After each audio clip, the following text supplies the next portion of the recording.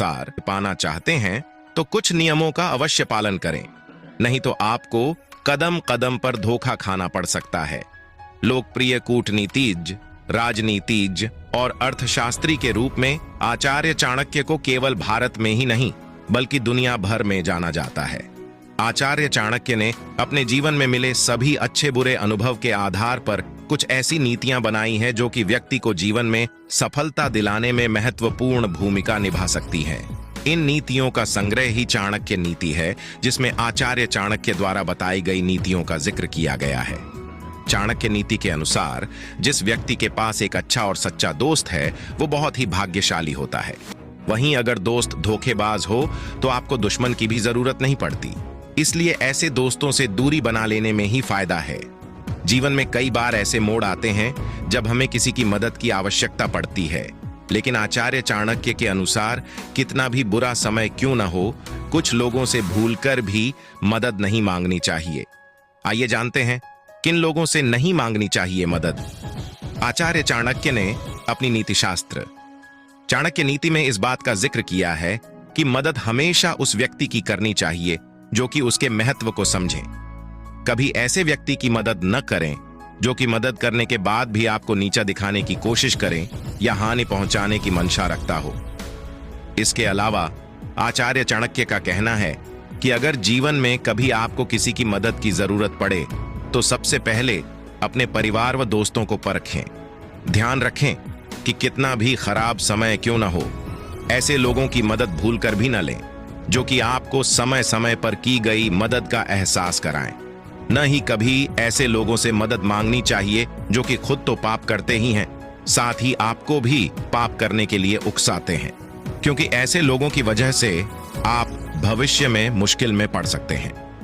चाणक्य नीति में आचार्य कौटिल्य ने अपनी एक नीति में बताया है कि किन लोगों की मदद नहीं करनी चाहिए, वरना आप खुद परेशानी में पड़ सकते हैं। आचार्य चाणक्य ने बताया कि कुछ लोग ऐसे होते हैं जिनकी मदद करने पर आप स्वयं मुश्किल में पड़ सकते हैं। समय, काल, परिस्थिति, धर्म और नीतियों को ध्यान में रखकर आचार्य चाणक्य ने कुछ लोगों को वर्ग विशेष में बांटा है। इसके अनुसार उन्होंने बुद्धि और चतुराई के उपयोग से कुछ ज्ञान की बातें बताई हैं। त्रिया चरित्र की सच्ची कहानी अगर समझ ली तो कभी धोखा नहीं खाओगे। दोस्तों, ये जो कहानी है ये बहुत ही खास है। ये कहानी है त्रिया चरित्र की। जो भी मनुष्य इस कहानी को पूरा सुनता है वो कभी भी अपने जीवन में धोखा नहीं खाएगा। इस कहानी को सुनने के बाद आप अपने जीवन में बहुत बदलाव ला सकते हैं। इस संसार में ऐसी औरतें भी हैं जो सुंदर और सुशील औरतों को भी बदनाम कर देती हैं। हो सके तो इस कहानी को पूरा सुनिए, और आप कहानी को पूरा सुनेंगे तो आपको कहानी का मतलब समझ में आएगा। इससे पहले कि आप इस कहानी में खो जाए, हमारे चैनल को सब्सक्राइब करना ना भूलें। तो चलिए कहानी शुरू करते हैं। बहुत समय पहले की बात है। किसी राज्य में एक राजा रहता था। वो बहुत ही धर्मात्मा राजा था। उसके राज्य की चर्चाएं बहुत दूर दूर तक फैली हुई थी। उस राजा का एक पुत्र था जिसकी उम्र 12 या 13 वर्ष की थी। वो राजकुमार बड़ा ही सुंदर था। राजा उसकी शादी करवा देता है। जब राजा ने उसकी शादी की तो राजकुमार मात्र 14 वर्ष का था। तभी उसकी शादी कर दी। राजा अब बूढ़ा हो चुका था। एक दिन राजा ने सोचा कि अपने राजकुमार को अब राजा बना देते हैं, क्योंकि उस राजकुमार ने कई शादियां की थी और पहले राजाओं में यही नियम था कि राजा जितनी चाहे उतनी शादी कर सकता था। वो राजा अपने पुत्र को राजा बना देता है।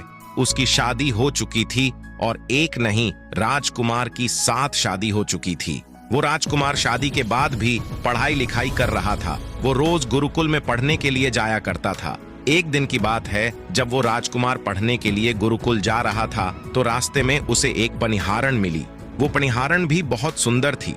उस पनिहारण ने राजकुमार से पूछा कि हे राजा, आप रोज कहाँ जाते हैं? राजकुमार कहता है कि मैं रोज पढ़ने के लिए, विद्या ग्रहण करने के लिए अपने गुरु के पास जाता हूँ। तो वो कहती है, हर सपना एक कदम से शुरू होता है, पर कभी कभी पहला कदम लेना भी आसान नहीं लगता। हर कंपनी मांगती है एक्सपीरियंस, लेकिन एक्सपीरियंस